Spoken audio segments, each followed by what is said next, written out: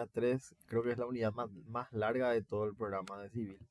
Entonces, vamos a hacer, probablemente, va a depender de la velocidad con la que se desarrolle, ¿verdad? Pero yo creo que hoy vamos a hacer solamente esta unidad.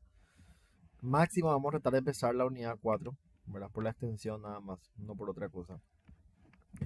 Y esto ya está grabando, sí, ya está grabando. Entonces, vamos a empezar con el desarrollo.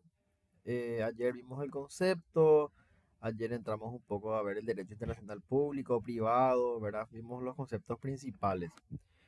Ahora, y vimos el concepto de ley también, ¿verdad? Vimos el proceso de conformación de una ley, todo eso estuvimos viendo en la primera clase de ayer. Hoy lo que vamos a ver es todo lo referente a la interpretación de la ley, ¿verdad? ¿Qué quiere decir interpretar? Vamos a buscar desentrañar el contenido de la norma, aplicar la norma a lo que está sucediendo. Eso es interpretar la ley, ¿verdad? Dice desentrañar su alcance y sentido. Es penetrar en su espíritu. Porque la ley cuando es conformada tiene una finalidad. Cada norma que es elaborada en el Poder Legislativo tiene una finalidad, tiene una función. Entonces, a veces no solo alcanza con la expresión gramatical de esa norma, sino también un poco cuál es el espíritu, qué quería lograr la norma, ¿verdad? Y por último, también una acepción de la interpretación de la ley es el proceso imprescindible para su aplicación, ¿verdad? O sea, la ley debe ser interpretada para que pueda ser aplicada, ¿verdad? Y vamos a ver las distintas clases de interpretación que existen.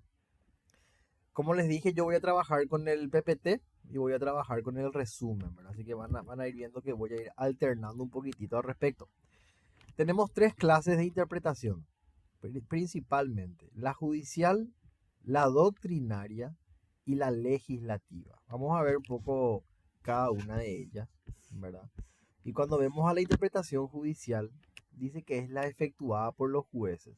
Ya el término judicial nos sugiere que son ellos los que interpretan o los que van a interpretar la norma. Dice que es la interpretación por excelencia, ya que la realizan quienes están encargados de la aplicación de la ley, que es lo que decíamos ayer, ¿verdad? Ayer cuando estudiábamos, cuando estudiábamos un poco, yo les mencionaba sobre la división del Estado, ¿verdad?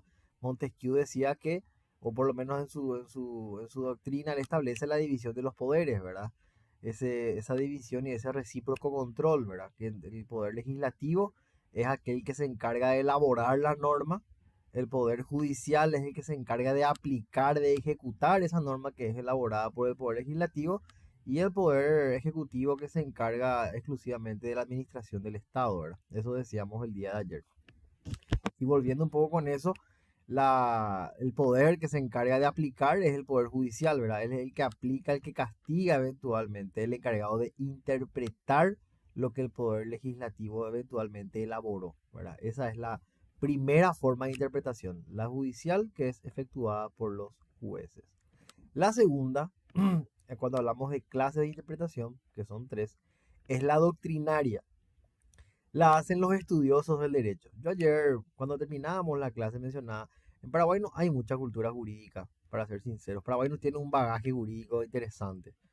Pero los doctrinarios son estos grandes jurisconsultos, ¿verdad? A los que muchas veces se acude, porque la función del derecho, ¿cuál es? O sea, ¿cuál es la finalidad de que existan normas? Y es dar solución a los problemas de la vida, ¿verdad?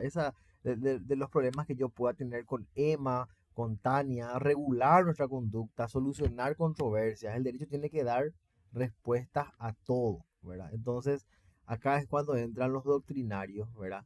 Que dice que la hacen los estudiosos del derecho, que a veces se ve abstracto, ¿verdad? Que es desprovista de la vida que tienen los casos concretos. Claro, porque los doctrinarios no hablan mucho sobre los hechos fácticos, sino más bien se van a los principios del derecho, van más a la abstracción, ¿verdad? Acuden más un poco al pensamiento, a la filosofía más que nada, ¿verdad?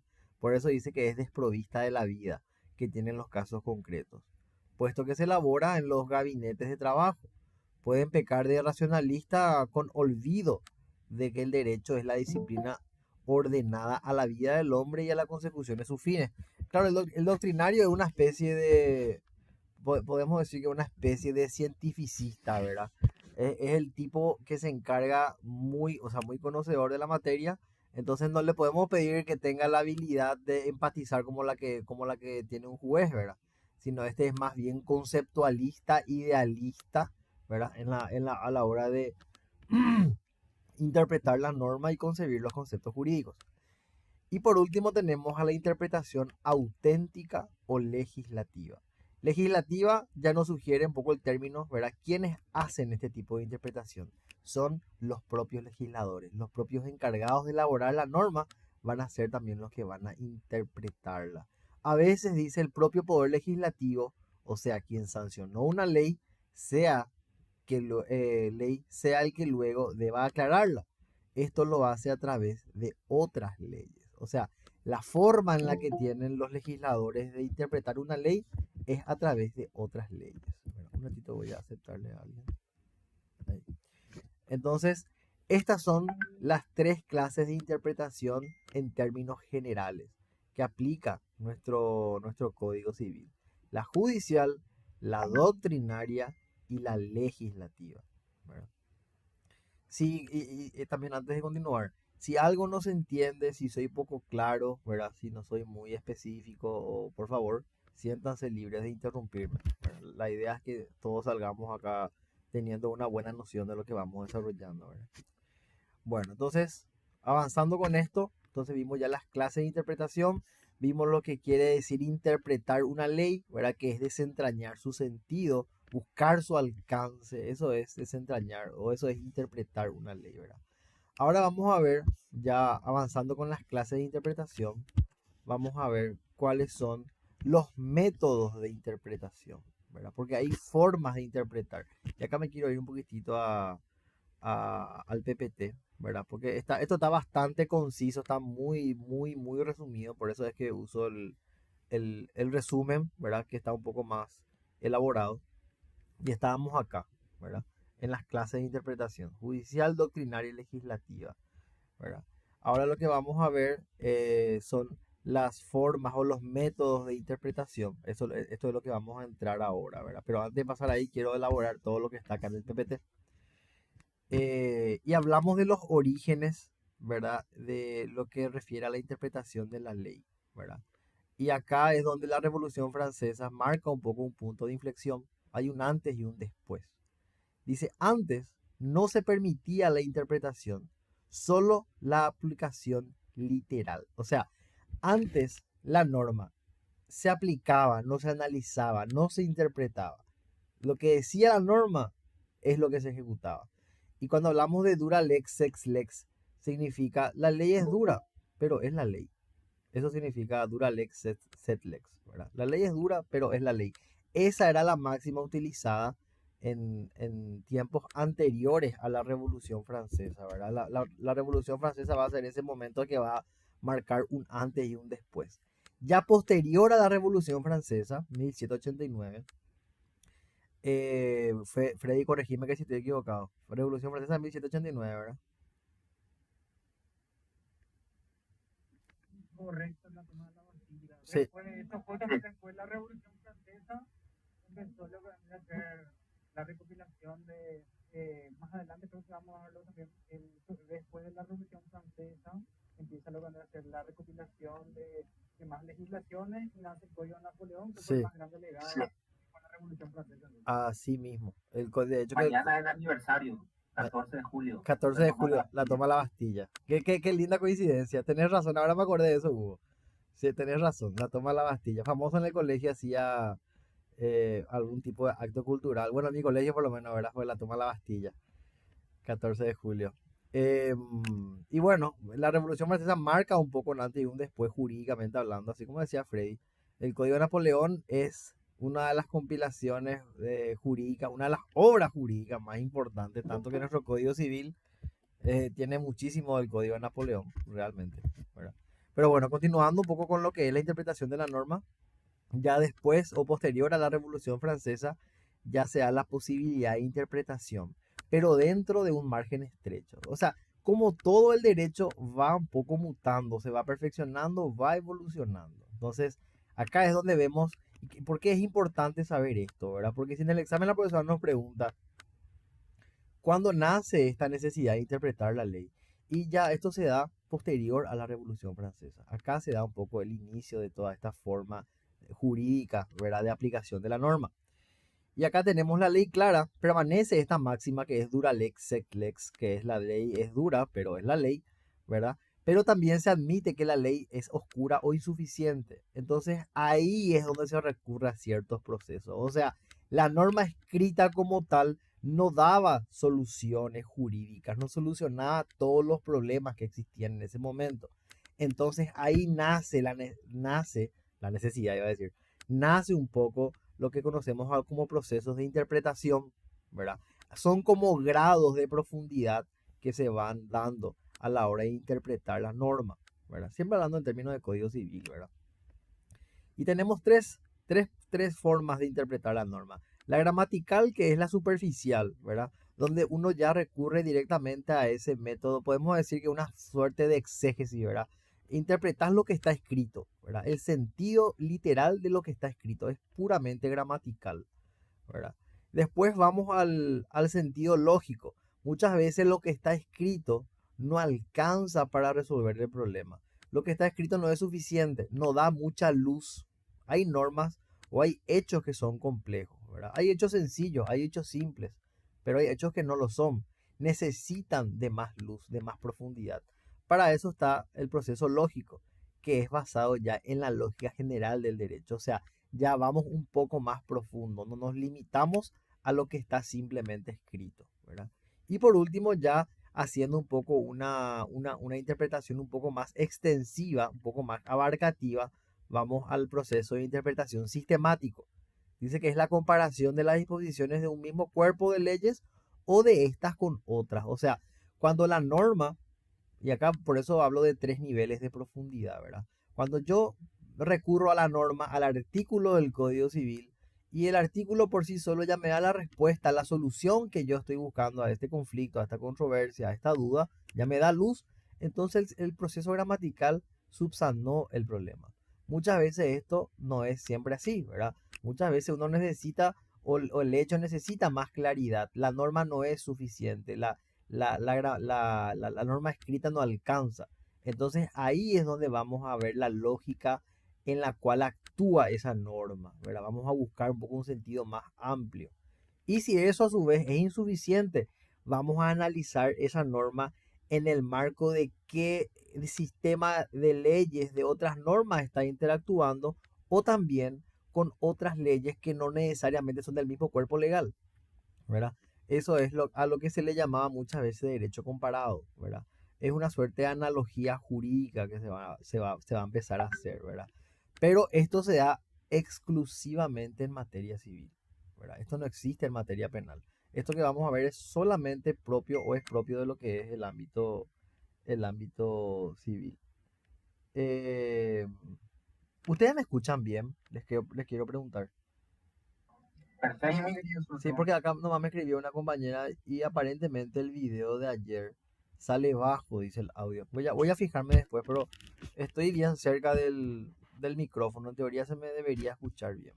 Bueno, entonces eso en cuanto a la interpretación de la norma. Lo importante de saber de este slide es que existen tres formas, tres clases de interpretación de la ley. La judicial, que lo hacen los jueces, la doctrinaria, que es propia de los jurisconsultos, y la legislativa, que la hace el mismo cuerpo colegiado que se encarga de elaborar la norma, o sea, el Congreso, el Poder Legislativo. ¿Dónde se da el origen de esta necesidad de interpretar la norma? En la Revolución Francesa. Ya este es el punto de inflexión en donde hay un antes y un después, ¿verdad? Antes de la Revolución Francesa, la máxima era que la ley se aplicaba tal cual estaba escrita. No había análisis, no había interpretación. La ley era dura, pero era la ley. Ahí a partir de ya después de la Revolución Francesa nace la necesidad, nacen procesos de interpretación que son necesarios para solucionar problemas de su tiempo, ¿verdad? Entonces ahí ya vamos a estos procesos gramaticales, lógicos y sistemáticos, ¿verdad? Eso es lo que tenemos que tener en cuenta a la hora de entender un poco cómo se da esto de la interpretación de la norma.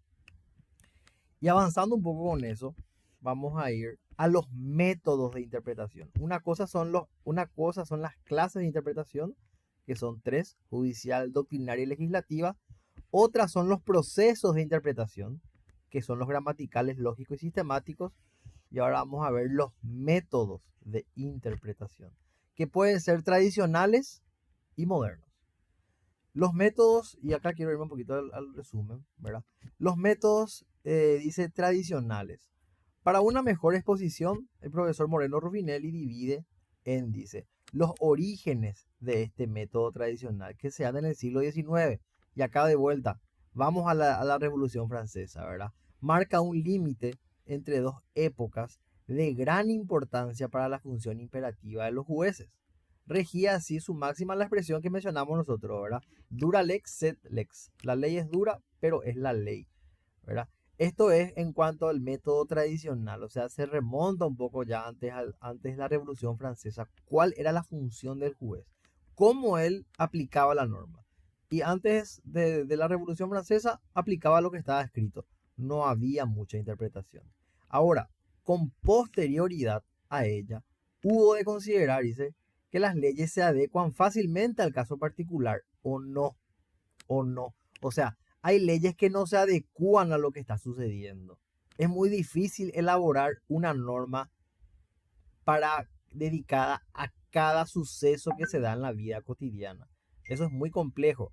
Entonces lo que se busca son elaborar normas generales que van a tratar de dar una solución general, ¿verdad? Entonces, ante la existencia, dice, de una sola ley clara y expresa, siguió rigiendo la misma máxima. De lo contrario, había que recurrir a ciertos procesos para llegar a una correcta interpretación. Esto ya se da con posterioridad, ¿verdad? Y acá hablamos que el método tradicional dice, ante la interpretación de la ley hay que distinguir tres elementos o procesos en la interpretación gramatical: el lógico y el sistemático, que es lo que nosotros vimos hace un ratito. El primero se limita a extraer el gramatical, este es el primero, se limita a extraer el sentido de las palabras y expresiones que integran el código. O sea, me remito a interpretar solamente lo que está escrito. El lógico intenta descubrir el alcance de las expresiones legales con un procedimiento basado en la lógica general para obtener, por medio del raciocinio deductivo, la interpretación correcta. ¿Cuál es el raciocinio deductivo? Cuando vamos de una premisa general tratando de solucionar un problema en particular. Ese es el razonamiento deductivo, ¿verdad? Y el sistemático dice que busca comparar, que es el tercer método dentro de lo que es el método tradicional, busca comparar con otras disposiciones del mismo cuerpo de leyes o con otras leyes que tengan idéntico objeto. O sea, lo que se busca es descubrir en este último sentido a la ley, qué sentido, qué es lo que quiere regular esta norma como tal, ¿verdad? Porque, como les digo, hay hechos que son sencillos y fáciles de resolver por la norma, hay otros que no. Y acá justamente la profesora puso como primer slide esta, este caso, esta norma. Serán reprimidos con prisión de 3 años los que estuvieren unidos en matrimonio con dos personas. Y yo les pregunto, ¿y los que están unidos en matrimonio con 3 personas también serán reprimidos? ¿Cuál sería la respuesta en ese caso? Y yo creo que, o sea, tipo, cuando, o sea, si eran reprimidos con prisión de 3 años los que estuvieran unidos en matrimonio con dos personas, Sí. y Sí, lo mismo sería con tres, no variaría, de hecho que ya no sería lo legal. exacto. Esa interpretación que vos acabas de hacer, Freddy, que es totalmente correcta, se llama lógica. Si yo voy a interpretar gramaticalmente esta norma, tu razonamiento es incorrecto. Porque acá dice taxativamente que serán reprimidos con prisión de 3 años los que estuvieran unidos en matrimonio con dos personas. O sea, si esto se interpretase antes de la Revolución Francesa, solamente este hecho es el que va a ser reprimido. Solamente este hecho. Ahora, ahí es donde vemos la necesidad de una interpretación más lógica, ¿verdad? No solamente que se limite a lo gramatical. ¿Cuál es el espíritu de este artículo? ¿Cuál es el espíritu de esta norma? Lo que busca es lo que vos estás diciendo. Busca que las personas no esté en el matrimonio con más de una persona a la vez. Ese es el espíritu de la norma. Lo que estoy haciendo es tratando de desentrañar su verdadero sentido, ¿verdad? El verdadero sentido de esta norma, un ratito le voy a aceptar a David. El verdadero sentido de esta norma es que busca que no exista la bigamia. Eso es lo que busca esta norma, ¿verdad? Entonces, pero ese análisis es un análisis o es una interpretación lógica de la norma. Entonces, ahí es cuando cobra sentido un poco esto de la interpretación, ¿verdad? Quería hacer nomás un rápido ejercicio para que se vaya dilucidando por qué nace esta necesidad de interpretar la norma y cómo la interpretación fue transcurriendo en diversas épocas, ¿verdad? Y bueno, entonces ese es el método tradicional, ¿verdad? Que es el que vimos acá, donde está el proceso gramatical, el lógico y el sistemático, ¿verdad? Y acá de vuelta nos hace otra vez la puntualización. Los métodos tradicionales parten de la base de que siempre deberá buscarse la solución en la ley.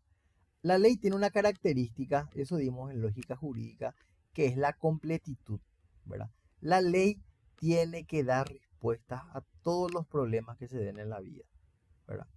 O tiene que ser de diversas maneras, recurriendo a la analogía, por ejemplo, o a los principios generales, si es que la norma escrita como tal no da la solución. Ese es el método, es una de las características del método tradicional.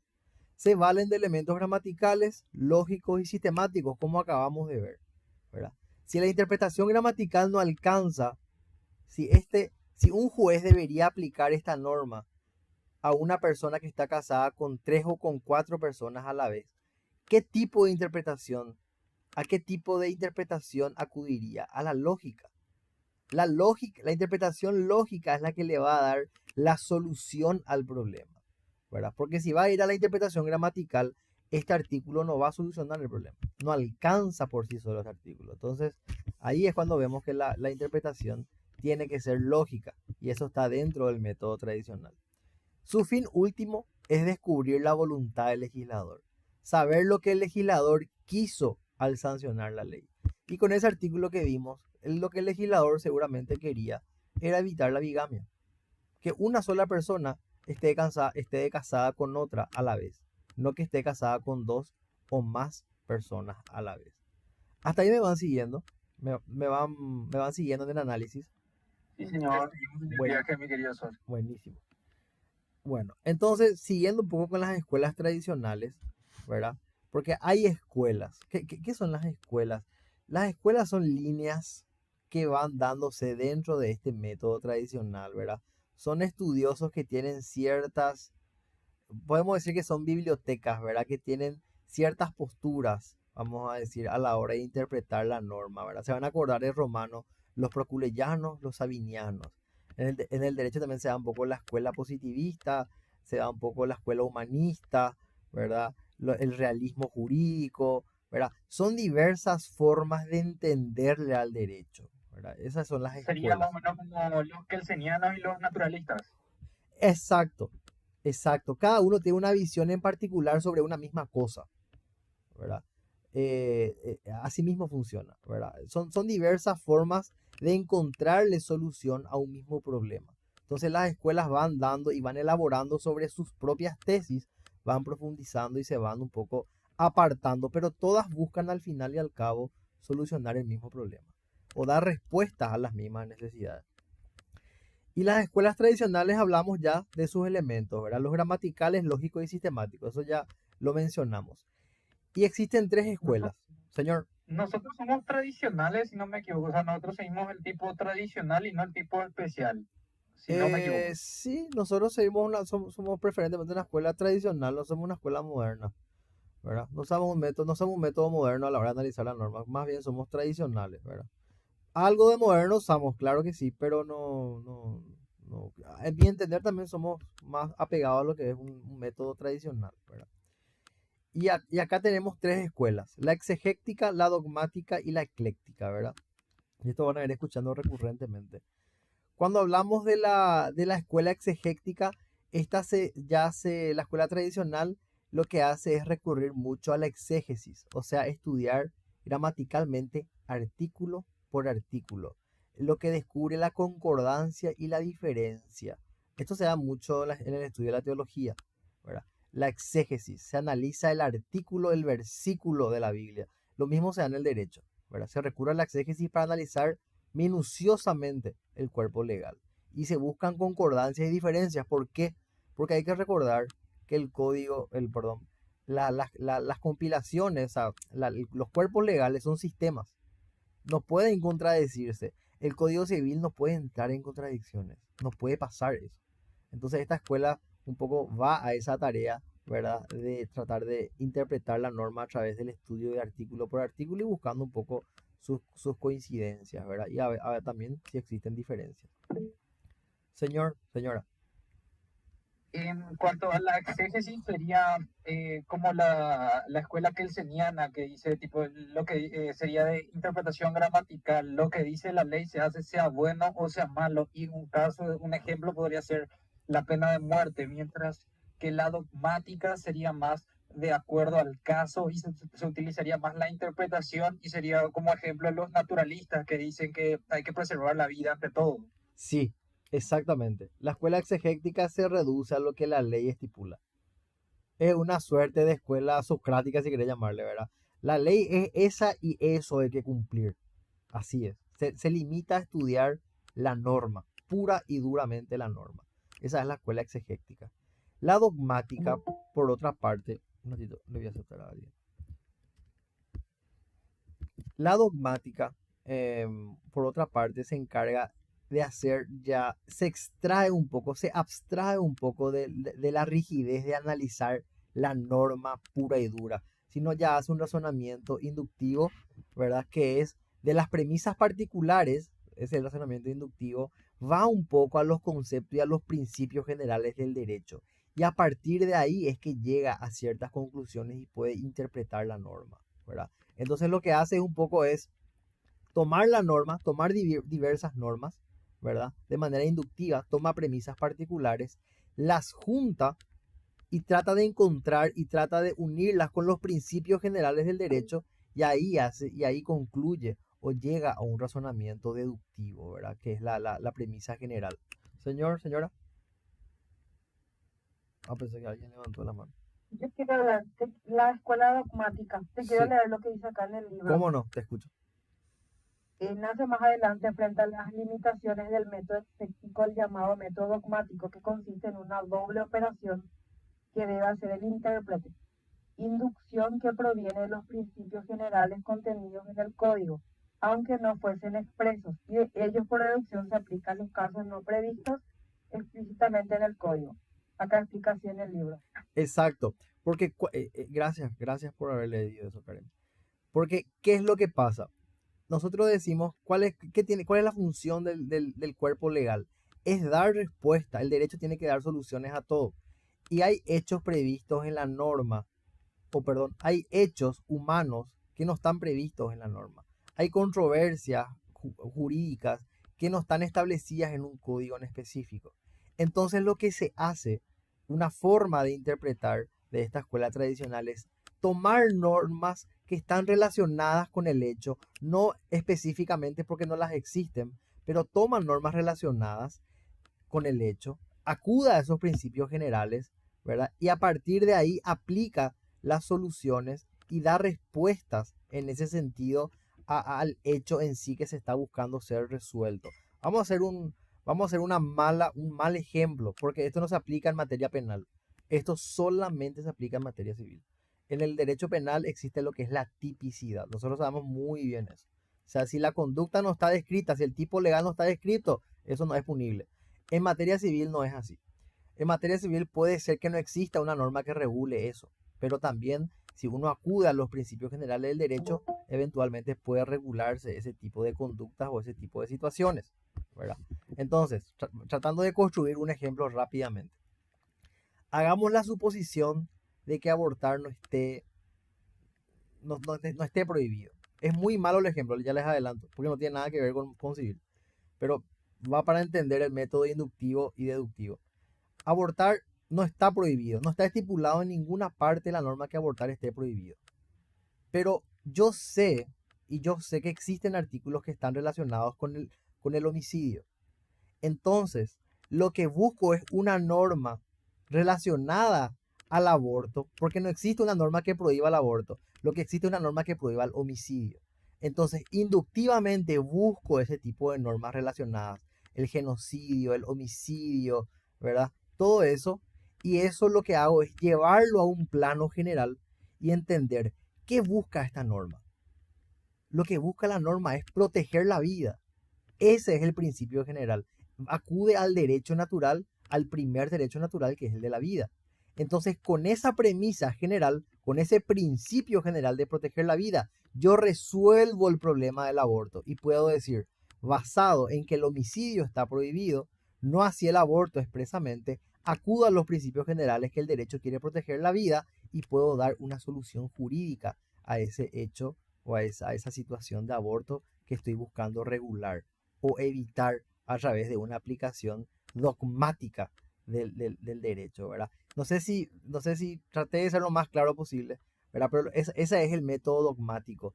Va un poco al principio general del derecho cuando no existe una norma específica y ese principio general me da luz para poder dar una respuesta jurídica a esa situación. Esa es la escuela o ese es el método dogmático, ¿verdad? Y por último, está el ecléctico. Esto podemos decir que es una suerte de híbrido, ¿verdad? En donde dice usa diversos argumentos lógicos, históricos, sistemáticos. O sea, acá ya interactúan una serie de factores a la hora de dar o de interpretar una norma como tal, ¿verdad? No solamente se limita a lo que está escrito ni a los principios generales, sino que acude ya a cuál es la tradición jurídica en todo caso de esa región o de ese país, ¿verdad? Cuáles son los principios o cuáles son los argumentos lógicos que van a ayudar a solucionar esa controversia jurídica. Más o menos ese es el método ecléctico. Siempre cuando hablamos de un método ecléctico estamos hablando que la ley como tal tiene una responsabilidad. Cuando nosotros hablábamos de la teoría ecléctica, hablábamos de la teoría de la responsabilidad.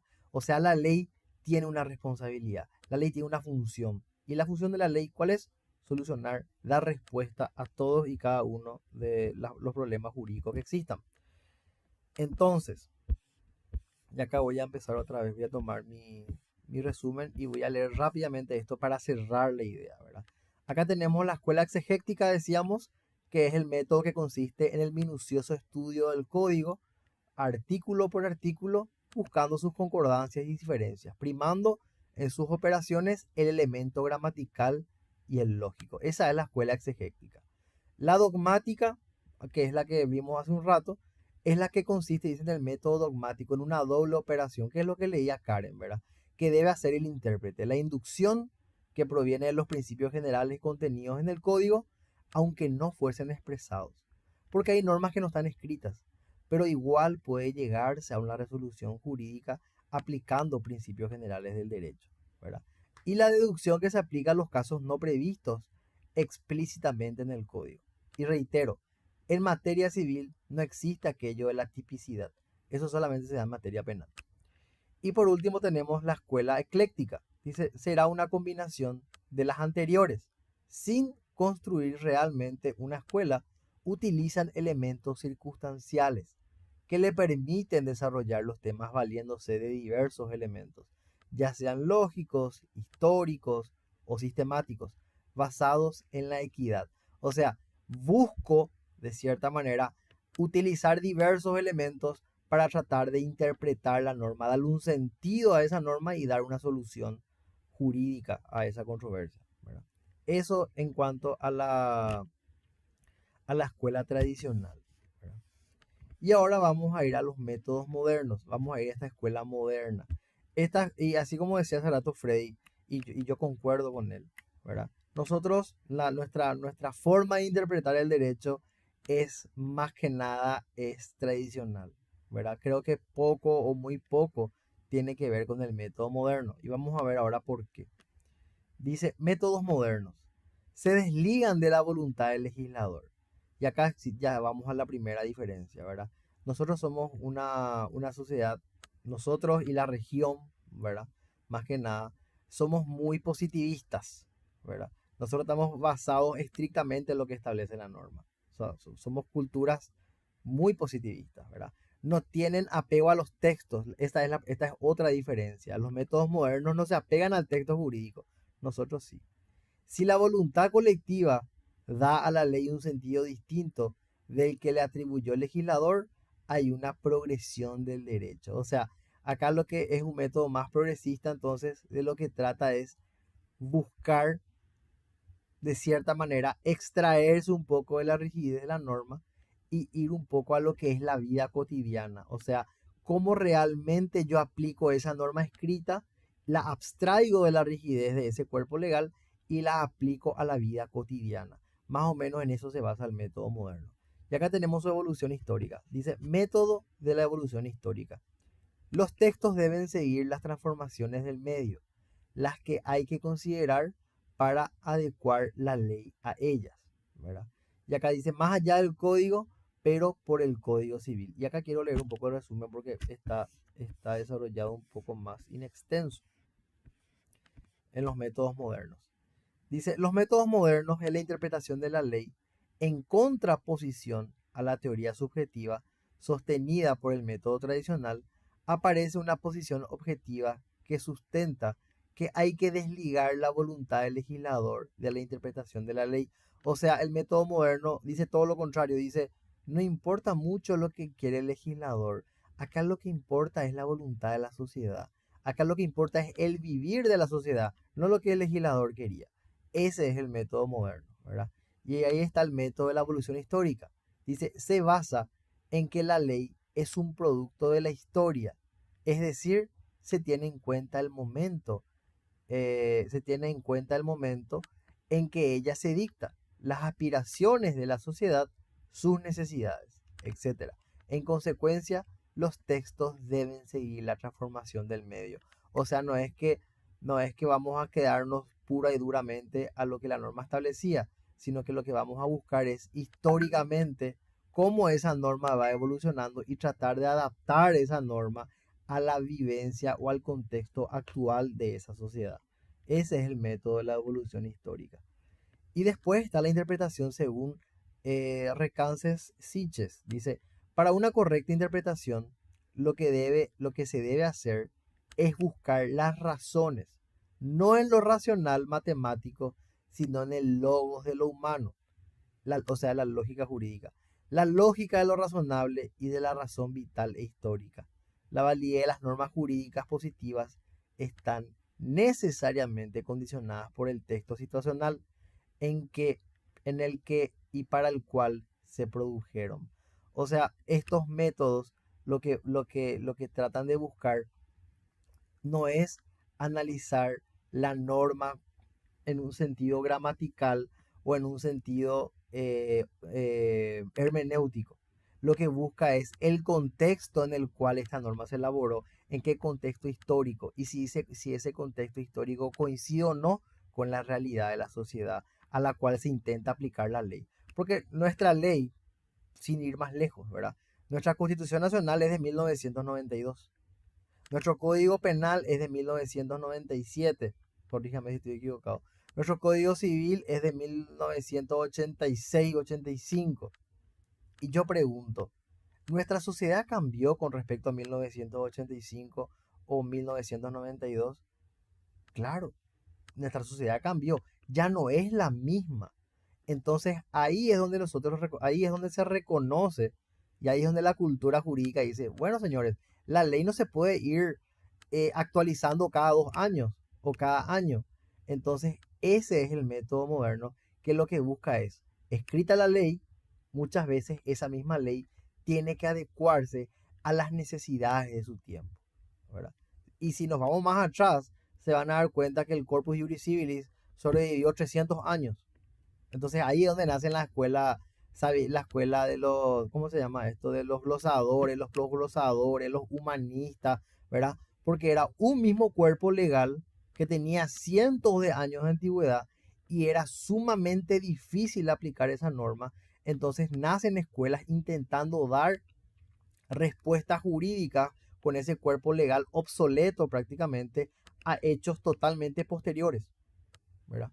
Porque la ley, acordémonos que la causa material del derecho somos nosotros, ¿verdad? La ley nace porque nosotros interactuamos. Entonces, si la sociedad avanza, aparecen nuevos tipos de interacciones, aparecen nuevos tipos de situaciones que necesitan ser reguladas por el derecho. Pero si el derecho no da respuesta, entonces ahí es donde entra el método moderno. Busca aplicar esa misma norma, ¿verdad? Pero a un contexto mucho más actual. Dice, los métodos modernos en la interpretación del derecho contra el apego a los textos en la función integradora del derecho han surgido nuevos métodos. Y acá tenemos el método de la libre investigación científica, que es el sistema de Gini. Dice, o Gini también se le dice, ¿verdad? Según este autor, hay que interpretar en primer lugar las llamadas fuentes formales. ¿Cuál es la fuente formal? La ley y la costumbre, la jurisprudencia y la doctrina. Esas son las fuentes formales del derecho, ¿verdad? Cuando estas son satisfactorias para el juez, este debe recurrir, cuando estas no son satisfactorias, tiene que ser, esta debe recurrir a la libre investigación científica. Libre porque no está sujeta a ninguna autoridad externa o científica, porque debe basar su investigación en elementos que solamente la ciencia le puede revelar. O sea, y acá hay que corregir algo, ¿verdad? Cuando hablamos del método de la libre investigación científica, es un método en el cual se aplica primeramente, según Gini, ¿verdad? O el método Gini, como quieran decirlo, se aplica lo que se aplica tradicionalmente primero, ¿verdad? Las fuentes formales del derecho, la norma, la costumbre, la jurisprudencia, la doctrina. Estos son métodos tradicionales. Pero esto muchas veces no alcanza, ¿verdad? En realidad tendría que ser cuando estas son insatisfactorias, realmente, ¿verdad? O no satisfactorias, cuando el juez no puede trabajar, no le alcanza la norma, no le alcanza la costumbre para dar una solución jurídica. Entonces ahí es cuando él va a un sistema de libre investigación científica. O sea, el juez se pone un poco a investigar, toma un poco la tarea de un cientificista, ¿verdad? Y hace una investigación en base a ese hecho particular que él está juzgando, ¿verdad? Y toma otros elementos, ¿verdad? Y acá vamos un poco a los elementos científicos. Y estos elementos son elementos que la ley propiamente no le puede proveer. Entonces es un método mucho más científico. Por eso hablamos de una escuela moderna. Y por último tenemos el método de Kelsen. Dice, considera que en puridad, o sea, puramente, no existen lagunas en el ordenamiento jurídico. Kelsen decía que todo está dentro del derecho, no hay nada que la ley no pueda resolver. Eso decía Kelsen, ¿verdad?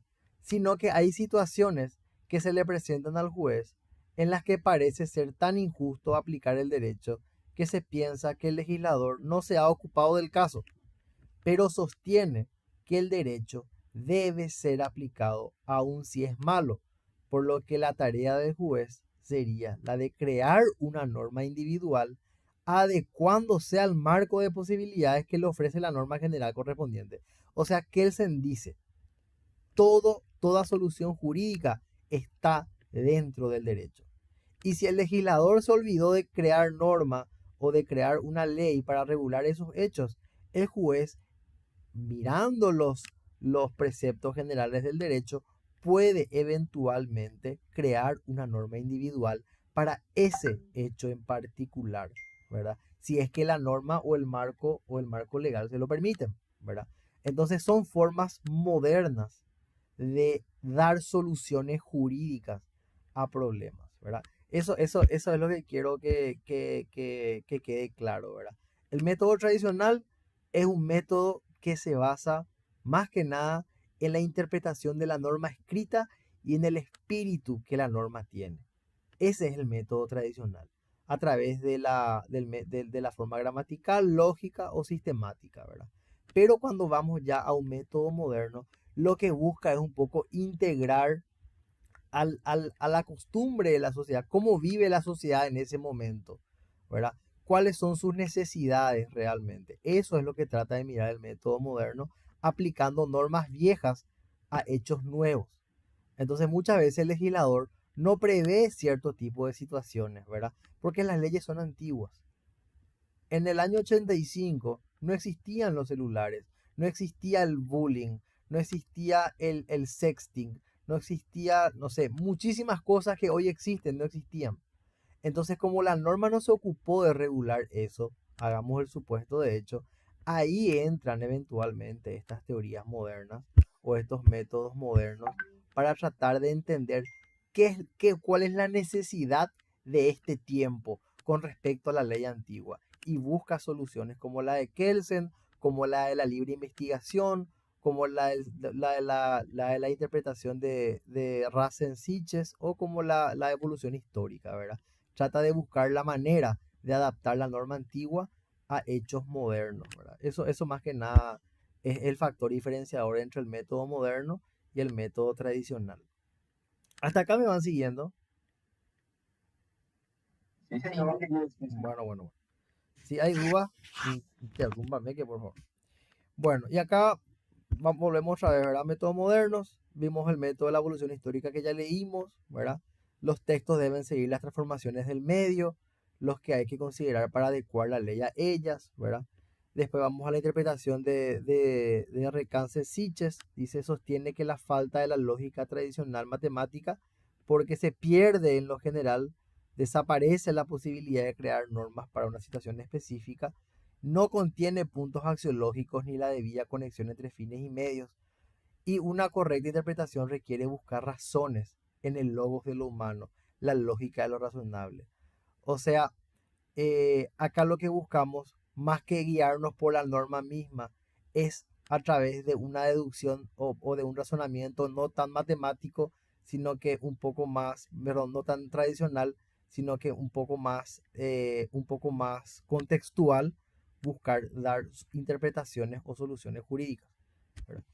Y después teníamos el método Geni, que es un método puramente de libre investigación, ¿verdad? No está sujeto a la norma, sino que es una investigación que ya la lleva adelante el juez, el que se va a encargar de dar la respuesta jurídica. Él tiene, por así decirlo, esa atribución, porque debe usar, dice, o debe basar su investigación en elementos que solo la ciencia le puede revelar, basada en la propia naturaleza de las cosas, ¿verdad? Y después tenemos el método de Kelsen, eh, que dice que no existen lagunas en el derecho. El derecho te da todas las respuestas. Y ahí es cuando le da la potestad al juez de crear normas individuales dentro de la permisividad que le da la ley, ¿verdad? Para dar soluciones jurídicas. Recordemos que la creación de la norma en el método tradicional es exclusiva facultad del poder legislativo, ¿verdad? Estos son métodos modernos y como le digo, no aplican demasiado a nuestra forma de hacer derecho, ¿verdad? Por lo menos en esta región. Vamos a ver un poco cómo se da la interpretación en nuestro Código Civil. Ya vimos el método tradicional, el método moderno. ¿Cuál de estos métodos aplica a nuestro Código Civil?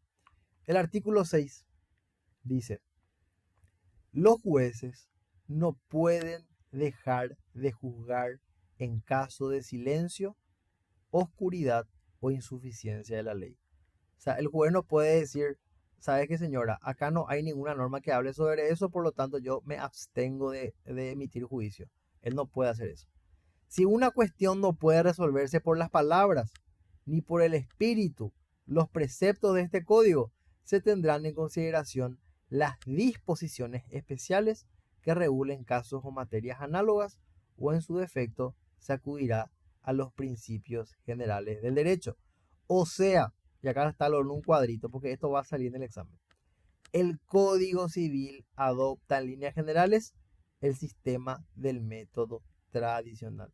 Así mismo como decía Freddy, nuestro Código Civil toma el sistema tradicional como una forma de dar soluciones jurídicas, ¿verdad?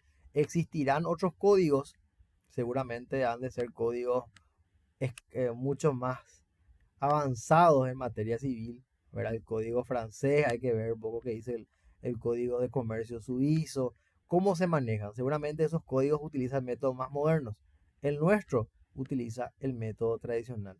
O sea, se basa primero que nada en una interpretación gramatical, que podemos decir que es literal, luego va a entender la hermenéutica de esa norma, o sea, el espíritu, la intención que tuvo el legislador al redactar esa norma, va a acudir en un tercer lugar, si es que no da una respuesta a la intención del legislador, va a recurrir a la analogía, ¿verdad? Y por último, los principios generales del derecho. Todo este orden de prelación se da ante la ausencia de una solución. O sea, si la propia ley escrita no pudo dar una respuesta, no pudo dar luz, entonces se acuden al espíritu de los preceptos. Si estos a su vez no dan una solución al caso, vamos a recurrir a la analogía. Y si la analogía no es suficiente para dar una respuesta jurídica, ahí por último vamos a los principios generales del derecho. Ese es el orden de interpretación que sigue nuestro Código Civil paraguayo. Bueno, miramos el programa. Dice clases de interpretación ya vimos, métodos ya vimos, métodos tradicionales ya vimos, métodos modernos ya vimos, sistema Gini, métodos de Kelsen, teoría de Recáncer-Sitges ya vimos, nuestro código y la interpretación ya la vimos. Ahora vamos a ver la aplicación de la ley. Eso es lo que vamos a ver. Una ley siempre va a regir en un tiempo y en un lugar determinado. Eso es muy importante. Cada ley tiene una vigencia, no existen las leyes eternas no existen, ¿verdad? Una ley tiene un tiempo de vigencia determinado y rige en un espacio específico. Entonces, por eso decimos que la ley tiene una aplicación temporal y espacial. La regla en la aplicación temporal es que se aplica el derecho vigente. Esto no es sencillo, dice, ¿verdad? O sea, no es tan sencillo como eso. Existen excepciones y hay casos muy específicos. Esto nosotros estudiamos más o menos en derecho penal, ¿verdad? ¿Se acuerdan de la teoría del principio de irretroactividad, por ejemplo, ¿verdad? No es un razonamiento tan directo, pero existen casos, ¿verdad? En donde se pueden aplicar leyes posteriores al hecho para dar soluciones jurídicas a hechos anteriores a la ley, ¿verdad? Pero bueno, lo importante acá es que la aplicación de la ley se da en tiempo y espacio. Y la regla en cuanto a la aplicación espacial dice que los límites del territorio nacional determinan la aplicación territorial. O sea, ahí donde están los límites de nuestra república, ahí están los límites también de la norma. Ya cuando cruzamos al Brasil o a la Argentina o a Bolivia, ya van a regir otros cuerpos legales que van a ser los propios de cada país, ¿verdad? Eso en cuanto a lo que es la aplicación espacial de nuestro código, ¿verdad? Y entrando un poquito más ya en profundidad, cuando hablamos de la aplicación temporal, dice que rige justamente lo que mencionaba al principio, ¿verdad? El principio de irretroactividad. Solo debe aplicarse la ley vigente. Yo no puedo aplicar una ley por regla general, yo no puedo aplicar una ley posterior a un hecho anterior. Lo que tengo que aplicar es una ley anterior a un hecho posterior a la norma. En eso se basa nuestro principio, ¿verdad? Las leyes no pueden ser aplicadas a hechos o situaciones anteriores a su promulgación, solo se disponen para su futuro. O sea, nuestra ley, hagamos un supuesto de hecho, estamos en el año 1985, ¿verdad? Entonces, ese Código Civil se va a aplicar a todos los hechos posteriores al año 1985. A ese tipo de hechos se va a aplicar el Código Civil que entra a regir a partir del año 1985.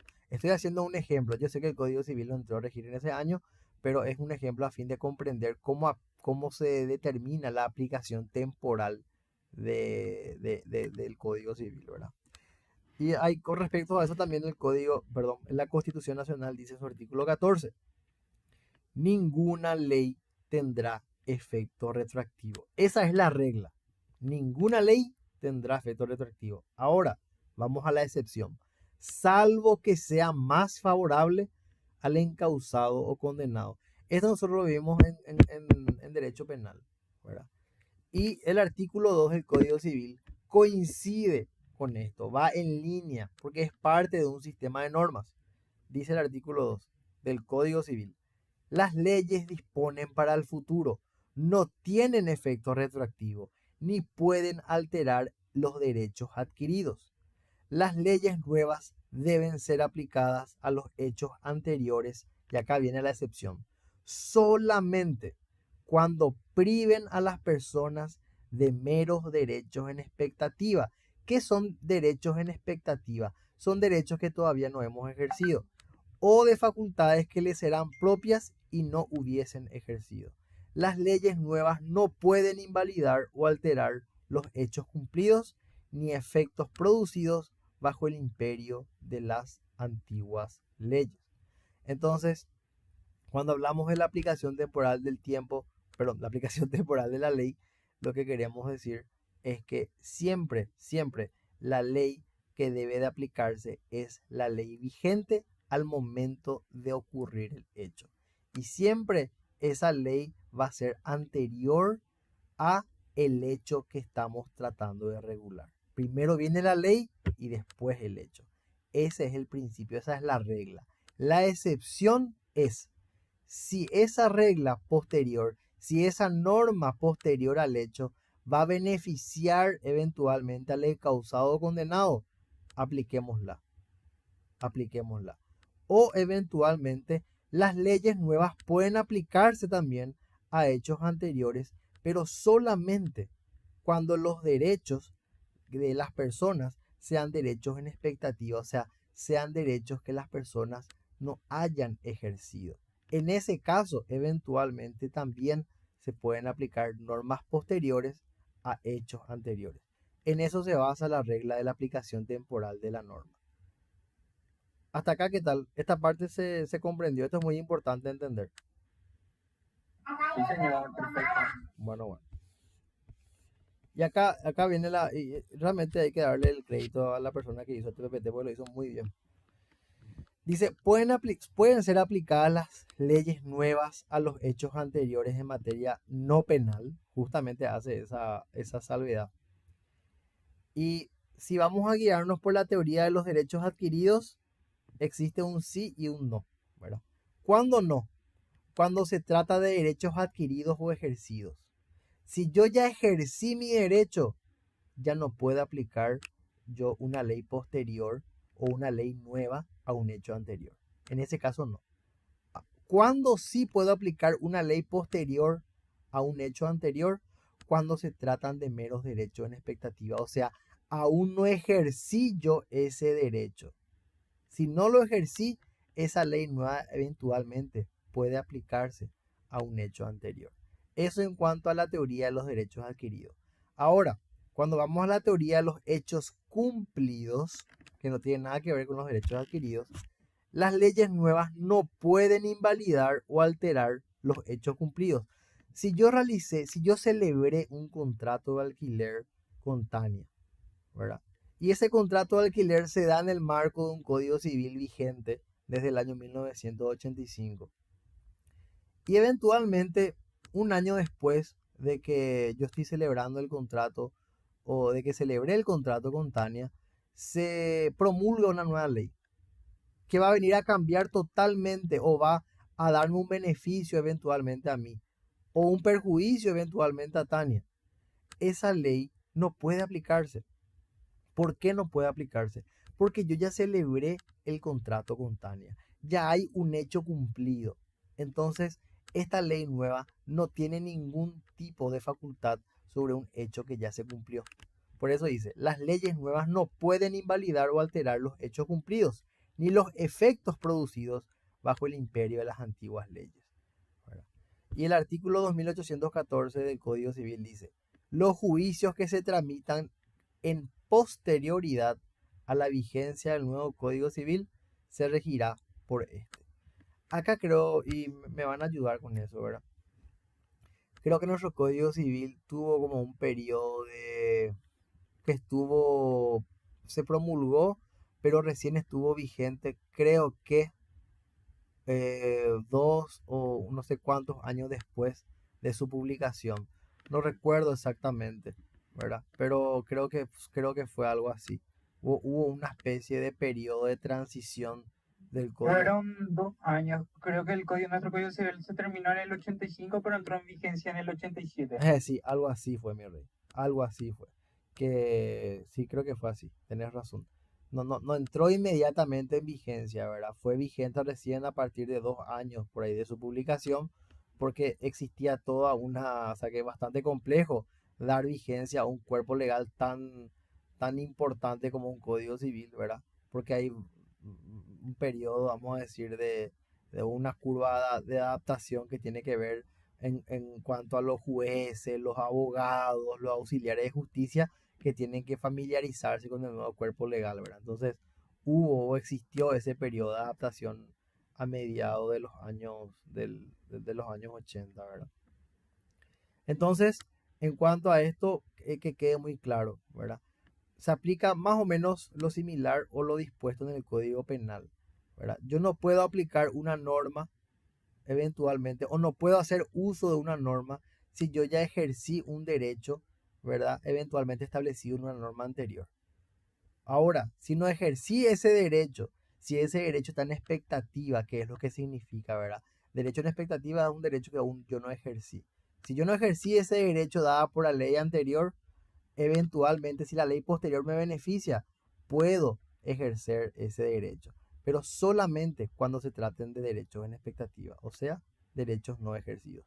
Una norma posterior nunca va a poder invalidar un hecho ya cumplido, un hecho anterior ya cumplido.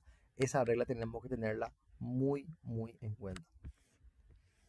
Y en cuanto a la aplicación territorial, existen varias teorías o existen varios sistemas, podemos decir, ¿verdad? El de la personalidad, el de la territorialidad y el de los estatutos. Y acá me voy a ir a mi resumen nuevamente. Un ratito.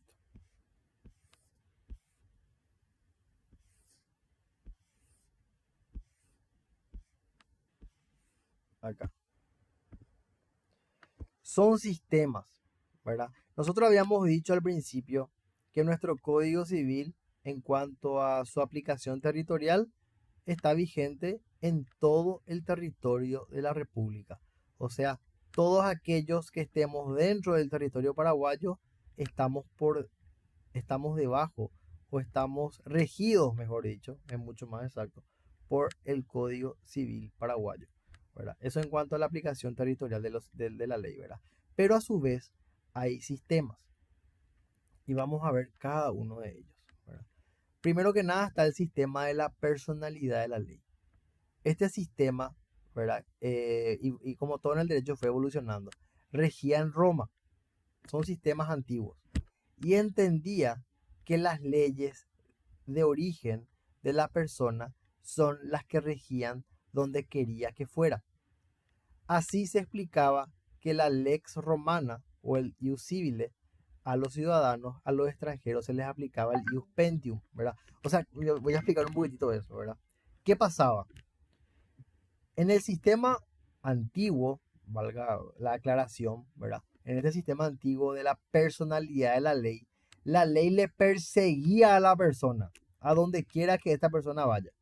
Por eso se llama sistema de personalidad de la ley. Apliquemos este sistema hoy en Paraguay, ¿verdad? Yo nací en Paraguay, yo nací en Fernando de la Mora. Entonces, vamos a suponer que yo me voy a Brasil, o me voy a Argentina, o me voy a España. Entonces, según este sistema, mi Código Civil paraguayo me sigue a mí, a donde quiera que yo vaya. No importa en el país en el que esté, no importa la norma que vaya a regir ese país. Lo que importa es mi país de origen. Eso es lo que estipula el sistema de personalidad de la ley. La ley me sigue a mí, a donde quiera que yo vaya. Ese es un sistema muy antiguo que se usaba en Roma. Por eso es que Roma, y ahora seguramente va a quedar clara esa, porque alguna vez habrá nacido la duda, ¿por qué no existía el derecho de gentes y por qué no existía el pretor urbano y el pretor peregrino? ¿Por qué estaba el derecho civil y el derecho de gente? ¿Por qué lo que pasaba eso? Y pasaba eso porque el sistema que imperaba era el sistema de personalidad de la ley. Por eso era. O sea, para los romanos que nacieron en Roma, había una ley que se aplicaba a donde quiera que ese ciudadano romano esté. Y para la gente que venía de afuera, que no era de Roma, había otro tipo de ley que se aplicaba. Otro tipo de ley era el que regía para todos ellos que no sean o de origen romano, ¿verdad? Luego tenemos el sistema de territorialidad de la ley. Y acá dice, en la Edad Media surge otro sistema en el que se tenía en cuenta la jurisdicción en que las personas se encontraban. Y acá tenemos, esto se daba más que nada en los feudos, creo, ¿verdad? O no. En realidad esto tiene más que ver con el que vos te regís por el lugar o por las leyes del lugar en donde estás. O sea, va totalmente en contraposición al sistema de personalidad de la ley. Sino que si vos estás en Paraguay, te rige la ley paraguaya. Si vos estás en Brasil, te rige la ley brasileña. Ese es el sistema de territorialidad de la ley, ¿verdad? Este sistema surge en la Edad Media. Y luego vamos a un tercer sistema. El segundo sistema es bastante sencillo. El tercer sistema es el sistema de los estatutos personales y reales. Acá sí vamos a hablar de los, creo que era de los feudos. Dice que es el germen del derecho internacional privado. Tuvo sus orígenes en la Italia del siglo XVI. En efecto, los distintos municipios dictaban su propia legislación, al que denominaban estatuto. El sistema estatutario hace prevalecer la aplicación territorial de las leyes y considera el derecho romano como de importancia fundamental. Tal es así que se le atribuye carácter supletorio para todo lo que no esté previsto en los estatutos locales. Y voy a intentar explicar. Señora. Ah, no, escribimos que sí es el de los feudos, ¿Eh? el de los feudos, El de los feudos, ¿verdad? Sí. territorialidad. Sí, el de los feudos era Sí, Paloma. sí, tengo anotado. Sí. Sí, bueno, y voy a volver otra vez sobre eso. No estaba seguro, por eso no quise mencionarlo. En el segundo sistema que vimos recién, en el sistema de territorialidad, ¿qué era lo que pasaba? El Imperio Romano se fue deshaciendo, ¿verdad? Llegó a ser muy vasto, muy grande. Se empezó a dividir y ya la figura de los monarcas, de los emperadores pasa un poco ya a desuso y nacen los señores feudales, que eran como pequeños principados, si queremos llamarlo de alguna manera. Y cada feudo tenía su propia norma. Entonces, vos tranquilamente en un corto tiempo, porque no eran lugares muy extensos, sino que vos en un mismo día, ¿verdad? Podías estar en 2 o 3 feudos distintos. Entonces, el problema es, ¿cuál ley es la que me rige? Porque estoy transitando por distintos territorios, por distintos feudos, y cada feudo tiene una ley diferente. Ante la controversia, ¿cuál es la ley que va a regir? Ese es el sistema de territorialidad de la ley, ¿verdad? A diferencia del sistema de personalidad que decía que la ley le sigue a la persona. La ley de origen es la que le va a seguir a la persona. Y el tercer sistema es una especie de derecho internacional privado, dice, o es un germen del derecho internacional privado. ¿Por qué? Y acá vamos a hacer una pequeña imaginación, ¿verdad? Vamos a tratar de imaginarnos. Los municipios eran como pequeños estados en la Italia del siglo XVI, ¿verdad? Los municipios. Cada municipio tenía su propia norma. Cada municipio. Ahora bien, se tomaba como marco o como norma principal o como norma resolutoria al derecho romano, al derecho civil romano, ¿verdad? Entonces, el derecho romano era una especie, si queremos llamarlo, de derecho internacional, era el derecho general. Y por debajo de este estaba el derecho de cada municipio, el marco legal que regía, por decirle por hablar de un ejemplo, ¿verdad? Asunción tenía su propia ley, Fernando de la Mora tenía su propia ley, Lambaré su propia ley, San Lorenzo su propia ley. Y todas estas leyes interactuaban entre sí, pero siempre mirando a la ley del departamento central, ¿verdad? Esa era la ley que eventualmente actuaba o tenía un carácter supletorio ante la ocurrencia de algún conflicto entre las leyes de Asunción, Fernando de la Mora, o Asunción y Lambaré, o Asunción y Luque, ¿verdad? Entonces, cuando había conflicto de norma entre municipios, la norma madre que decidía era la norma de Roma, o yendo al ejemplo que acabo de dar, la norma del departamento central. Entonces, por eso se dice que es una especie de germen del derecho internacional privado. ¿Por qué? Porque nosotros habíamos visto en la unidad número 1 que el derecho internacional privado lo que rige son las relaciones jurídicas entre personas u organismos, eventualmente, que se encuentren en distintos territorios. Entonces, si la norma eventualmente de comercio paraguaya colisiona con la norma de comercio en China, no va a ser la norma china ni la paraguaya la que vayan a dar luz o solucionar el problema, sino que va a ser el derecho internacional privado en materia de comercio la que va a dictar cuál va a ser la solución a esa controversia. Es una especie de árbitro supranacional que va a tratar de dar solución a esa controversia jurídica. En eso más o menos se basa este sistema de los estatutos personales y reales, ¿verdad? Y por último tenemos ya los sistemas modernos.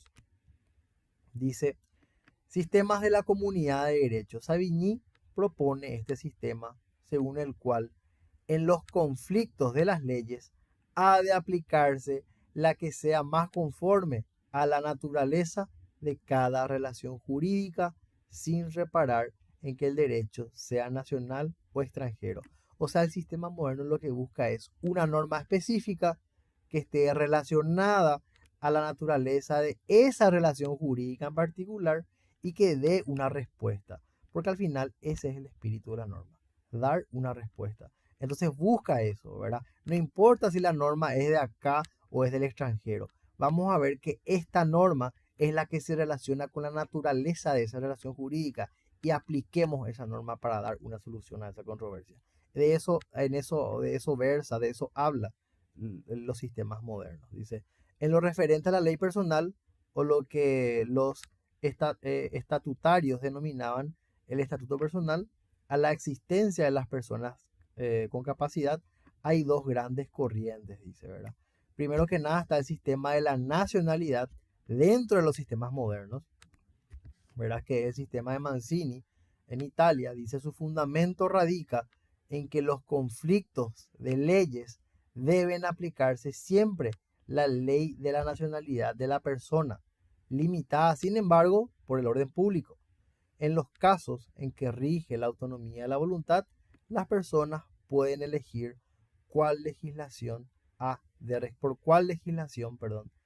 de regirse. O sea, estos sistemas modernos, de cierta manera, lo que buscan es la resolución del conflicto, no tanto por la ley misma, o no tanto por un principio de territorialidad o por un principio de personalidad, sino en lo que se basan más es en la naturaleza de la relación jurídica y en la voluntad de los sujetos. Por eso habla de sistema de nacionalidad.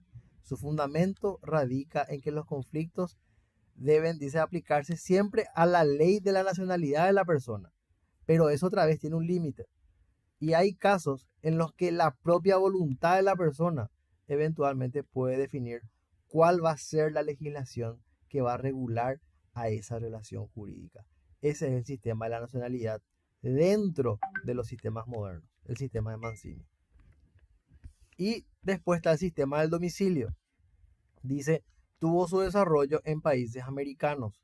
Sostiene que el lugar en que la persona tiene su domicilio es el que ha de determinar la aplicación de la ley.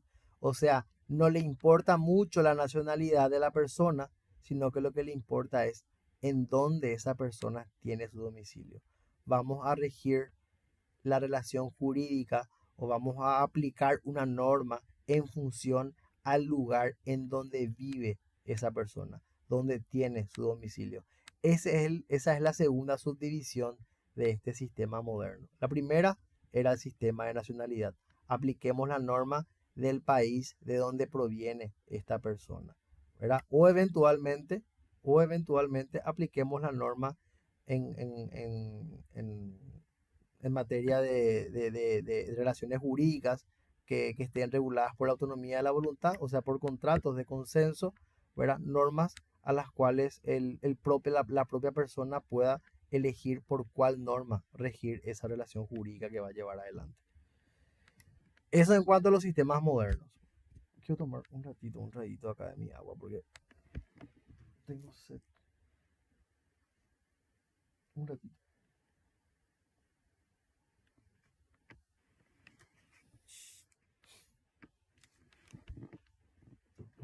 Ok, seguimos. Me van siguiendo, ¿verdad? Me van acompañando. Por favor, que si no se entiende algo, No, párenme que la seguimos en carga. el viaje, Miguel y el Sol. Me siguen en el viaje. Bueno, entonces ya vimos esto. Vimos ya el sistema de la personalidad. Me voy a usar al PPT para tratar de cerrar la idea. Que dice que la ley le persigue a la persona, o la ley de origen, mejor dicho, es la ley que le persigue a la persona. El sistema de territorialidad era que decía que vos te regís por la ley del lugar en donde estás parado. Y la ley de los estatutos era una especie de derecho internacional privado, ¿verdad? Que tiene o que está conformado, vamos a decir, por una ley madre o por un marco regulador madre y a su vez subsidiariamente, ¿verdad? Por normas de cada municipio. Esto se daba en Roma, ¿verdad? En Italia, perdón, en el siglo XVI, ¿verdad? Prevalece, dice la aplicación territorial, el derecho romano es supletorio, o sea, ante ausencia o ante conflicto de normas, el derecho romano se aplicaba por encima del derecho de los municipios por los que estaba conformado Italia en el siglo XVI.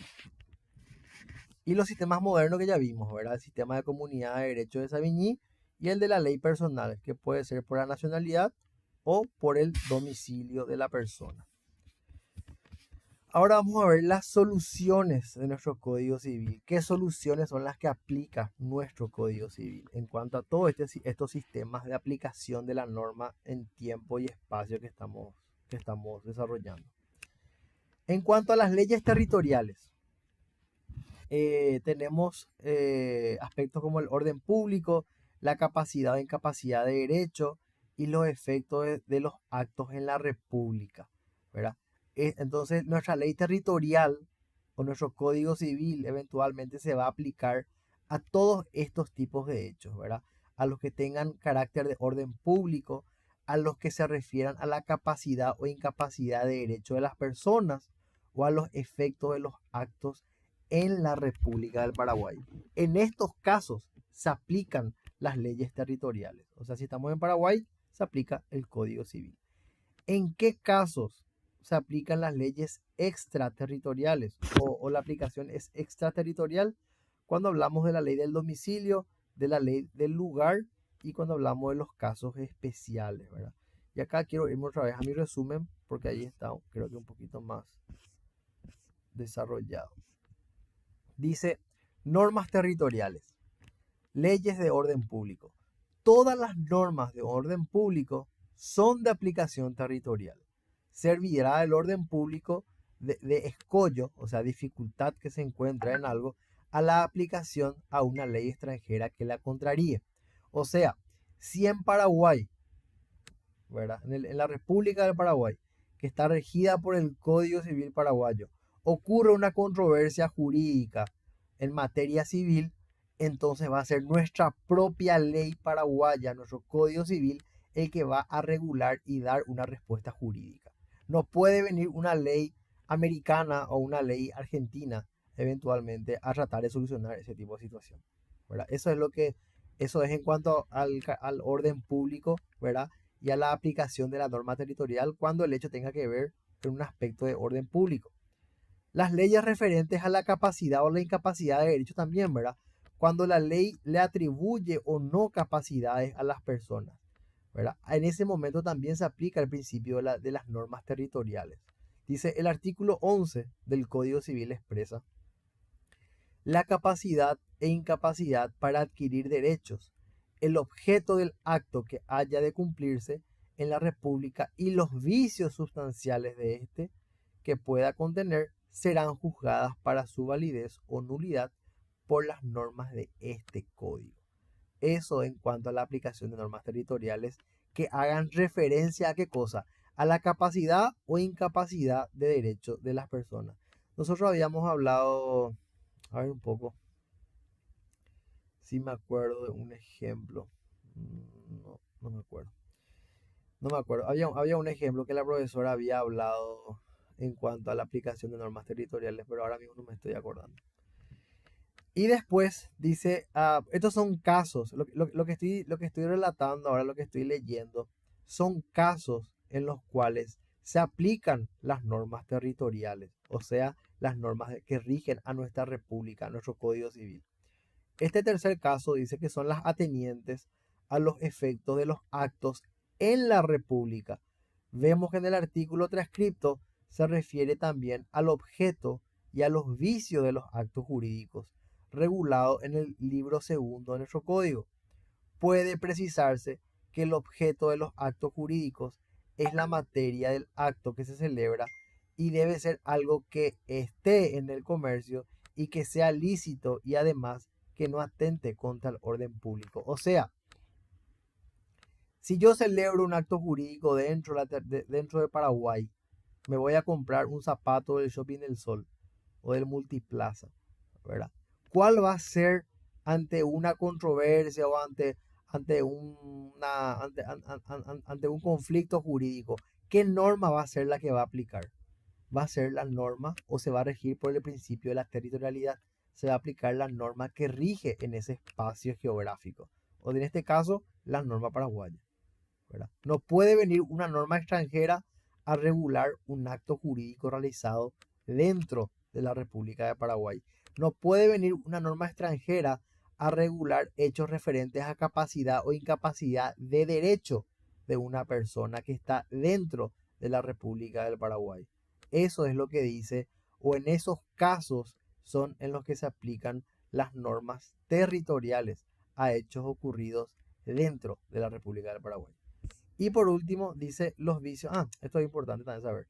Los vicios del acto jurídico son el dolo, el error y la violencia. En realidad son los vicios de la voluntad, ¿verdad? El dolo, el error y la violencia. Esto en cuanto a las normas territoriales, ¿verdad? ¿Cuándo o en qué situaciones se aplican las normas territoriales? Ahora vamos a ver y vamos a continuar en qué caso se aplican las normas extraterritoriales. O sea, cuando yo aplico una norma externa a un hecho eventualmente ocurrido dentro de la República o fuera de la República. Vamos a ver eso, ¿verdad? Norma extraterritorial es la norma que está fuera de nuestro territorio, ¿verdad? O cuando la norma que está en Paraguay puedo aplicarla en todo caso fuera de Paraguay, ¿verdad? Y acá vemos los casos. Dice casos en que se aplica la ley del domicilio con respecto a las personas físicas, en todo lo referente a la existencia y a los atributos de la personalidad. Se aplicará la ley del domicilio, siempre que esté fijado con carácter de permanencia. Y con respecto a las personas jurídicas constituidas en el extranjero, se regirán por las leyes de su domicilio, aunque se trate de actos ejecutados o de bienes existentes en la República. O sea, si viene eventualmente una empresa, podemos decir, o una persona jurídica que nació en Estados Unidos o que nació en la Argentina a celebrar actos jurídicos en Paraguay, esa persona jurídica probablemente ante un conflicto vaya a regirse por las normas del país en donde tiene su casa matriz, en donde tiene o en donde se constituyó. Pero ustedes van a preguntar, ¿pero acaso esa persona jurídica no está acaso en Paraguay su oficina? ¿Verdad? ¿Acaso no se rigen por las leyes de donde está dispuesta su oficina? ¿Verdad? Entonces ahí es donde nace un poco esa controversia, ¿verdad? Y la pregunta es, ¿pero en dónde se constituyó esa sociedad? ¿Cuál fue la norma que le dio entidad jurídica a esa sociedad? Y fue la norma americana, porque fue el derecho, nació, por decirle, nació en el estado de Oklahoma, nació esa sociedad. Entonces fueron las leyes civiles de Oklahoma las que le dieron condición de persona jurídica.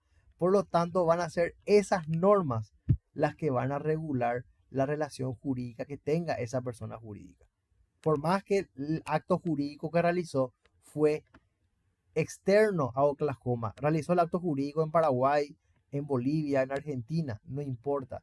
Esa sociedad nació en ese estado de Estados Unidos. Por lo tanto, se rige por las leyes que lo constituyeron o que la constituyeron como una persona jurídica. Ahí se aplican las normas extraterritoriales. O casos que rigen, dice la ley del lugar, en materia de bienes. Se aplica el principio del lex rei citae, o sea, las leyes del lugar en lo referente a bienes. Esto, Paloma, a ver si me ayudas.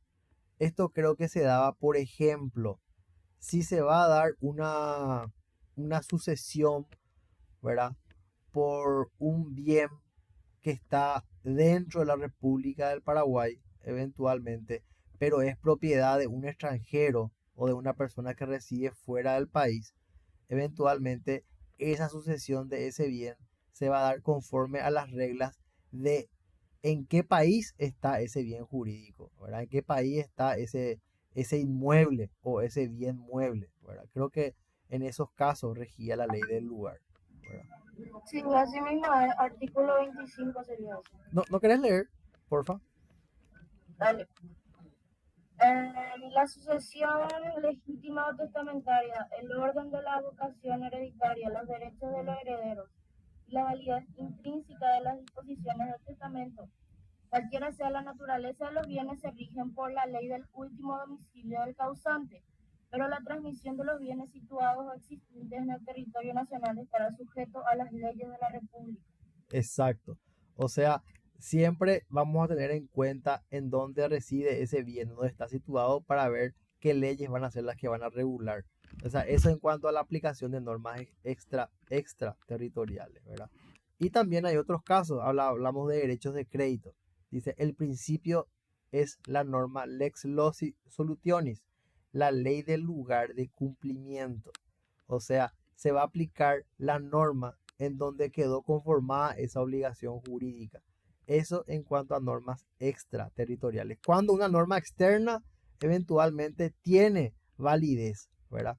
Cuando cuando consideramos que se aplica este principio, ¿verdad? ¿Dónde se dio el cumplimiento? Se dio fuera del país. Por lo tanto, vamos a aplicar la norma en donde se constituyó ese derecho de crédito. Esa va a ser la norma que va a regir eventualmente esa obligación, esa relación jurídica entre las personas, ¿verdad? Después tenemos otros casos más. Dice, muebles que se trasladan de un lugar a otro. El cambio de situación de los bienes muebles. ¿Qué son bienes muebles? Son cosas que podemos transportar. No afectan los derechos adquiridos con arreglo a la ley del lugar donde existían al tiempo de su adquisición. Sin embargo, los interesados están obligados a llenar los requisitos de fondo y de formas exigidos por la ley del lugar de la nueva situación para la adquisición y conservación de derechos. Ejemplo claro. Quien más, quien menos ve un auto de chapa Argentina por Paraguay, dando la vuelta acá por Asunción. Bueno, entonces, ¿cuáles son las leyes que van a regir eventualmente a ese bien mueble? Van a ser las leyes argentinas, ¿verdad? Cuando un auto se traslada de Argentina a Paraguay, ¿verdad? No cambia la situación del bien, sino que eso no afecta a los derechos adquiridos. No es que porque la persona entró a Paraguay, esa persona ya no es propietaria del auto. No, eso no cambia. Ya tiene un derecho adquirido ese conductor que viene a bordo de su auto desde Argentina a Paraguay. Lo que tiene que hacer esa persona, a lo que está obligado eventualmente, es a cumplir con las disposiciones de nuestro marco vigente en la República. O sea, pagar las tasas aduaneras, pagar peajes, si es que tiene que existir, porque ignoro esto, ¿verdad? Si es que ese vehículo tiene que pagar una especie de patente especial para poder circular por las calles de Asunción, ¿verdad? Si cumple con todas esas disposiciones, nada va a cambiar eventualmente la relación jurídica que tiene ese curepí con respecto a su auto, ¿verdad? Eso es lo que nos dice en cuanto a la aplicación de las normas extraterritoriales. El cambio de situación de la cosa, mueble litigiosa, operado después de la promoción de la acción real, no modifica las reglas de competencia legislativa y judicial que originariamente fueron aplicables. O sea, si eventualmente sobre ese auto, mismo ejemplo, ¿verdad?, que estaba en Argentina, pesaba un embargo y el tipo se escapó y vino a Paraguay, no es que se extingue el embargo, ¿verdad? Ya hay una norma que dispone eventualmente el embargo de ese vehículo, ¿verdad? O que pesaba sobre ese vehículo que vino desde Argentina a Paraguay.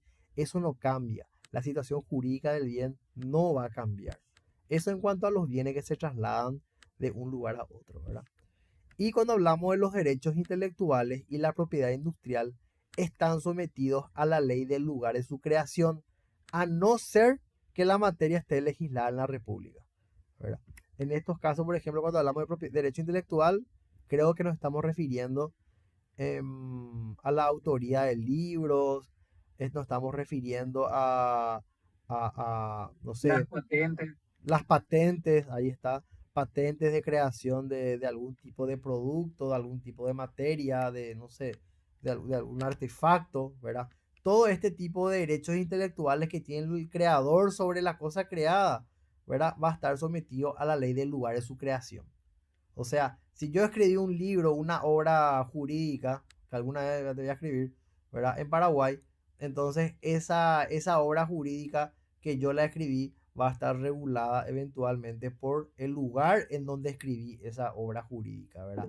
A no ser que, señor, señora, Hay un caso muy extraño de que alguien patentó el nombre de el Haaland mucho antes de que él fuera famoso, cuando empezaba a surgir como jugador, antes de que sea lo que es ahora. Y resulta que él tuvo que entrar en litigio para utilizar su propio nombre. O sea, hasta ahora él no puede lanzar su propia marca porque está en un litigio legal, porque alguien en otro país, creo que estaba en España o en Suiza, se le ocurrió la idea: no, este va a ser famoso, voy a patentar su nombre antes de que lo haga. eso, Y sí, se están peleando por un simple nombre, pero los derechos de patente son otra cosa. exacto. Es lo mismo, eso que vos acabas de decir es toda una industria. O sea, hay empresas que se dedican a patentar cierto tipo de nombres, cierto tipo de denominaciones, porque justamente van a ser utilizadas o pueden ser lucrativas cuando esa cosa empieza a ser exitosa, ¿verdad? Entonces lo que hacen es, tienen ellos los derechos y después le venden eventualmente a esa empresa los propios derechos de la creación, que no es de ellos, pero ellos se tomaron el tiempo de patentar cierto tipo de cosas para una especie de forma de lucrar, ¿verdad? Como lo que hicieron con Erling Haaland, ¿verdad? Y por último, la forma, dice, los actos jurídicos. También las formas se rigen por la ley del lugar de su celebración, locus regis actum, ¿verdad? O sea, si yo voy a realizar un acto jurídico en Paraguay, tengo que utilizar eventualmente las formas que establece el Código Civil paraguayo para que ese acto jurídico tenga, ¿qué cosa? Efecto jurídico. Porque no son las mismas generalmente o eventualmente las normas en cuanto a la solemnidad de los actos jurídicos en Paraguay, como en Brasil, o como en Suiza, o como en Francia. Son diferentes. Entonces, para que tenga efecto jurídico, tiene que realizarse conforme al derecho de ese lugar, ¿verdad? Eso en todo Un, esto, señor, señora. un claro ejemplo también podría ser, viste que la mayoría de edad es de los 18 años. Ujú. Ponerle que yo vengo y patento algo con 18 años recién cumplidos y me voy y quiero hacer uso de mi derecho en Estados Unidos, donde la mayoría de edad es otra. Entonces ahí sí van a poder buscar la manera o van a encontrar el hueco en la edad de decir: no, este acto no es solemne en nuestro país y por ende puede que no tenga validez, y nos vamos a un litigio internacional. Podría darse el caso, pero si es a la inversa, porque yo te puedo hablar por el Código Civil paraguayo, porque no conozco la legislación americana, ¿verdad? Pero por el Código Civil paraguayo, nuestro código favorece mucho la capacidad. Ejemplo, y acabas de tocar algo súper importante, porque esto puede salir en el examen. Si vamos a suponer, esto es un ejemplo nomás, ¿verdad? Mero demostrando y causa nomás. En Venezuela, la mayoría de edad es de 15 años. Y viene un ciudadano venezolano a Paraguay. Ese ciudadano ya tiene un derecho adquirido, que es el de la mayoría de edad. La pregunta es, estando ese ciudadano venezolano de 15 años al cual su legislación le reconoce la mayoría de edad y le da capacidad, ¿nuestra ley convalida ese hecho? ¿Nuestro código civil? Sí, porque como si ya trae su ley con él, sería diferente de que él se quiera ir de acá a allá. Exacto, es un derecho adquirido que tiene la persona. Entonces nuestra ley reconoce, favorece a la capacidad de los sujetos, ¿verdad? Si una persona, porque aparte de nuestro código civil, o sea, nuestra legislación, realmente la mayoría de edad se da a partir de los 18 años, o vamos a ver más adelante la unidad, creo que es siguiente, vamos a ver que a través de la obtención de un, ¿cómo era? De un título, ¿verdad? de una, ay, me olvidé. De un título De universitario, universitario era, ¿verdad? de casarse. Sí, la emancipación a través del matrimonio o la obtención de un título universitario eran formas también de ser tratado eventualmente o de tener derechos adquiridos, ser tratado o tener la categoría eventualmente de una persona mayor de edad, o sea, ser emancipado, ¿verdad? A través del matrimonio o a través de la obtención de un título universitario. De esa forma uno adquiere la emancipación. O sea, dicho de otra forma, para hablar como romano, se convierte en sui iuris, ¿verdad? En nuestra legislación actual. O a través de cumplir los 18 años de edad. Pero eso es importante saber. Nuestro Código Civil da mucha a la familia, a la conformación de familia y favorece mucho a la capacidad de las personas. Bueno, seguimos. Ahora vamos a ver en qué caso se da la aplicación de la ley extranjera, porque también puede darse esto. El artículo 22 del Código Civil dispone que los jueces y tribunales aplicarán de oficio las leyes extranjeras. Las leyes a ser aplicadas no pueden ir en contra del sistema democrático representativo de gobierno. Es decir, no pueden oponerse a las instituciones políticas, tampoco pueden oponerse al orden público, ni a la moral, ni las buenas costumbres. Entonces, cuando una ley extranjera es aplicable dentro del territorio de la República del Paraguay, cuando esta norma o si esta norma no va en contra del sistema democrático, si esta norma no va en contra del sistema de gobierno, esta norma no vaya en contra de la moral, de la buena costumbre o que no se oponga al orden público. Si esa norma extranjera cumple con esos preceptos, esa norma extranjera eventualmente es aplicable de oficio por los tribunales en Paraguay. Pero tiene que cumplir esas condiciones. O si no, no es aplicable. Señor, señora. Una consulta, hace rato, por ejemplo, tocaste el tema del matrimonio en la pregunta que realizaste. Y hablas también, viste que la costumbre, aunque ahora mismo no hace la ley, la antigüedad lo hacía. Pero ¿qué pasa con ponele, vos sos un musulmán, tenés Sí. 6 esposas, vos venís con tu derecho o esa costumbre y te querés casar con una paraguaya. La paraguaya está de acuerdo en ser la séptima esposa y según su ley de ellos es factible. Pero acá, ¿cómo entraría en debate? Y ahí, y Vos, ahí- vos siendo musulmán te podrías casar con otra y nuestro código lo tendría que admitir por ser la primera de acá, pero admitiendo también que sería la séptima de allá o no. no, justamente porque esa práctica musulmana va en contra de nuestra moral y de nuestras buenas costumbres.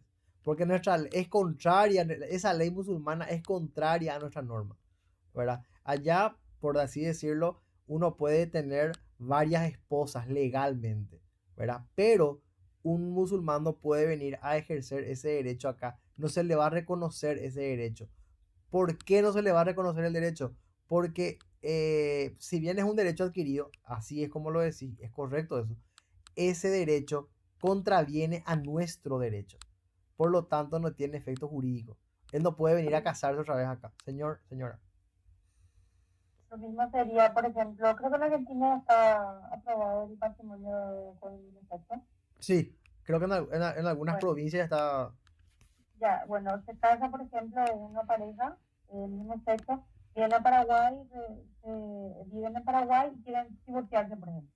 No pueden No, divorciarse porque la ley no está, o sea, nuestra exacto. ley no permite, de hecho, el matrimonio para el mismo sexo. Es Entonces no va a poder hacer exacto. Y no va a poder realizarse el divorcio. ahí hablamos justamente de la incapacidad de derecho. Justamente, esa ley, como así como decía Teresa, ¿verdad? Si esas personas quieren hacer reconocer su matrimonio en Paraguay y darle efecto jurídico en Paraguay, no lo pueden hacer. Lamentablemente no lo pueden hacer porque esa ley argentina contraviene a nuestra legislación. Lo mismo que el caso del musulmán. Va a ir en contra, totalmente en contramano con nuestra propia legislación. Porque nuestro código, nuestra constitución lo creo que dice que el matrimonio es entre un hombre y una mujer. No establece que el matrimonio es entre dos personas. Entonces dice que es hombre y mujer, lo dice. Es muy claro en ese sentido. Entonces no hay forma de convalidar o de que la legislación paraguaya le reconozca capacidad o efecto jurídico a ese matrimonio entre personas del mismo sexo o a ese acto de poligamia, ¿verdad? Así funciona, así opera. Justamente ese es el sistema en el cual interactúan las normas y vamos a entender cuál va a ser la que va a regir o la que no va a tener efecto jurídico. Si va en contra de la legislación, no. Si esa norma eventualmente sí va en concordancia con nuestra ley, no afecta al orden público, la moral, la buena costumbre, sí se puede aplicar una norma extranjera, ¿verdad? Dentro del territorio de la República del Paraguay. A ver. Y acá, lo que yo expliqué recién, todo eso está expresado, está condensado acá, ¿verdad? ¿Cuándo se aplican las leyes territoriales? En temas de orden público, en capacidad o incapacidad de los sujetos, en los efectos de los actos jurídicos en la República. En ese tipo de contexto se aplican las leyes territoriales, o sea, las leyes dispuestas en el Código Civil. ¿En qué casos se aplican leyes extraterritoriales? En cuanto a actos jurídicos o a hechos que tengan que ver, perdón, con que tengan referencia a la ley del domicilio, ¿verdad?